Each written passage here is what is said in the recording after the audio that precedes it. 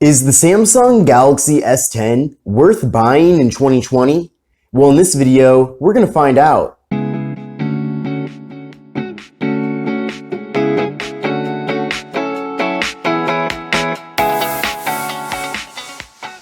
Hi everyone, this is Kevin here, and this is the Samsung Galaxy S10. And I don't think there's really been a better time to buy this phone. So this device is actually the Amazon renewed variant of the phone. So essentially, you can get this at a very significant discount compared to buying a brand new Galaxy S10, but the actual condition of the phone is really good.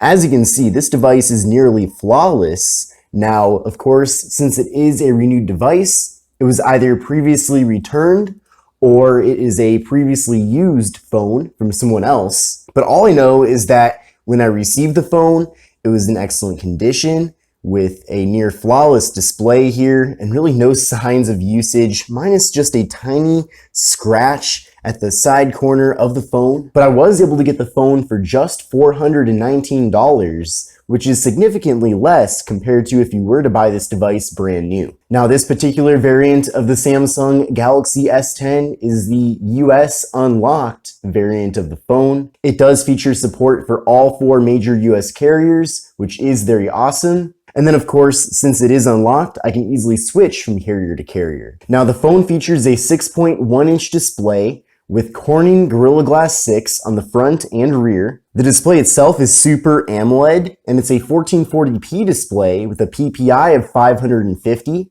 We're getting a 19:9 aspect ratio and an 88.3% screen-to-body ratio. So of course, since this phone has been launched, we've gotten newer devices in the S series, such as the Galaxy S20. Now, I don't have the S20, but I do have the S20 Ultra. So you can see side by side here, the Ultra is significantly larger, but that does make sense since the Ultra does have a 6.9-inch display compared to the S10's 6.1-inch display. Now up top here, we do have a hole punch for the front-facing camera, and that camera is 10 megapixels. Let me know if you want me to do a full review about this device, as I'll be happy to go out and take some test photos and videos to really show you how good they are. But of course, it is very nice that we do get a very small bezel at the top, and there's no notches or anything, just that hole punch for the front-facing camera. So I'm a big fan of having the hole punch in the corner, especially compared to how it is on the S20 Ultra. Now, don't get me wrong, this is pretty good. I'm pretty happy with it. But having the hole punch in the corner, I feel like is the best of both worlds, because I feel like putting it in this location certainly makes it as unintrusive as possible. Now, this variant of the phone does feature 128 gigabytes of internal storage. And if that's not enough for you, you can of course put a micro SD card in the phone. Now, the phone does feature wireless charging, which is pretty awesome, but it also supports fast wireless charging. So you can actually wirelessly charge the phone at 15 watts, which is really awesome. Now, as far as security options with the device goes, we of course have the PIN code. We also get face unlock and an in-display fingerprint sensor. So it is a very fast and accurate in-display fingerprint sensor. So I am a big fan of having that feature. Now, on the back side of the device, we do have a triple camera setup. So there's a 12 megapixel main camera, a 12 megapixel 2x telephoto camera, and a 16 megapixel ultra wide angle camera. So we'll do a demonstration right here of taking some photos of this water bottle. So there's the first photo. Now we'll do one with the ultra wide, and you can see with the ultra wide angle camera, you can fit so much content into the frame here. And then here is the telephoto. So all 3 of those cameras are really fantastic. And again, it's really incredible that for just around $419 to maybe $430, you can get a really solid, renewed Galaxy S10 in excellent condition. Considering how good of a deal you can get this phone for, it's really tough to even justify spending the full price to buy a Galaxy S20. Now, the phone does feature portrait mode for both the front and rear cameras, so that is great. Now, internally, we're getting 8 gigabytes of RAM and the Qualcomm Snapdragon 855 processor. So a fairly recent processor from Qualcomm. Now the Snapdragon 855 was the main flagship processor from Qualcomm in 2019. Of course, this phone was launched in March of 2019, so it is about a year old at this point. But since the 855, we got the 855 Plus, which made its way over to a couple of different devices.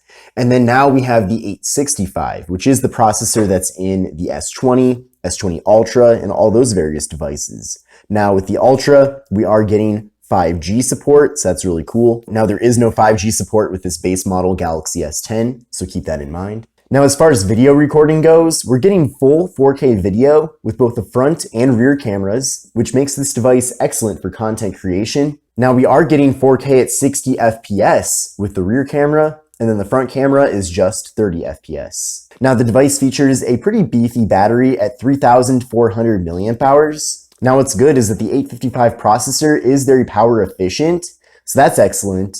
And then the phone can be charged with a 15-watt fast charger. Now here is the Antutu benchmark score for the Samsung Galaxy S10. As you can see, I got an overall score of 444,300. So a very impressive score there. And definitely this phone will provide you with excellent performance no matter what you want to do. Now I did get a better score with the Ultra at 555,004, but any score that's over 400,000 really will satisfy the majority of people out there and give you really nice performance. Now the software on here is Android 10 with Samsung's One UI 2.0.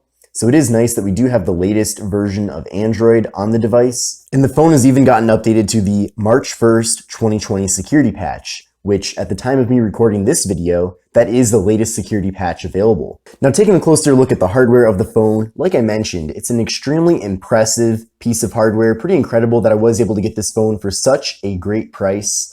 And I certainly recommend that many people consider getting this at that price compared to getting maybe a newer budget phone or a newer mid-range phone like the Galaxy A71, for example. But I'll save that for a whole separate video, so stay tuned for that, and of course subscribe to the channel. Now taking a look at the left side of the device, we do have a metal band running all around the phone, but we have the volume button and we have the Bixby button. So there is a dedicated Bixby button on the device. Now on the right side of the phone, there is just the power button. Then on the top of the phone, we have the noise canceling microphone and slot for the micro SD card and SIM card. And then on the bottom of the device, there is the headphone jack, USB-C port for charging and data transfer. There's the microphone and the speaker. There's a little bit of a curve on the display, by the way, just want to let you know about that, but it's not too much of a curve. Now on the back side of the phone, and by the way, what do you think of this color? It's a really nice looking white color with kind of this cool orange tint to it. So a really awesome looking color in my opinion. But also on the back side, we have the camera module flash, we have the Samsung logo and S10 branding as well.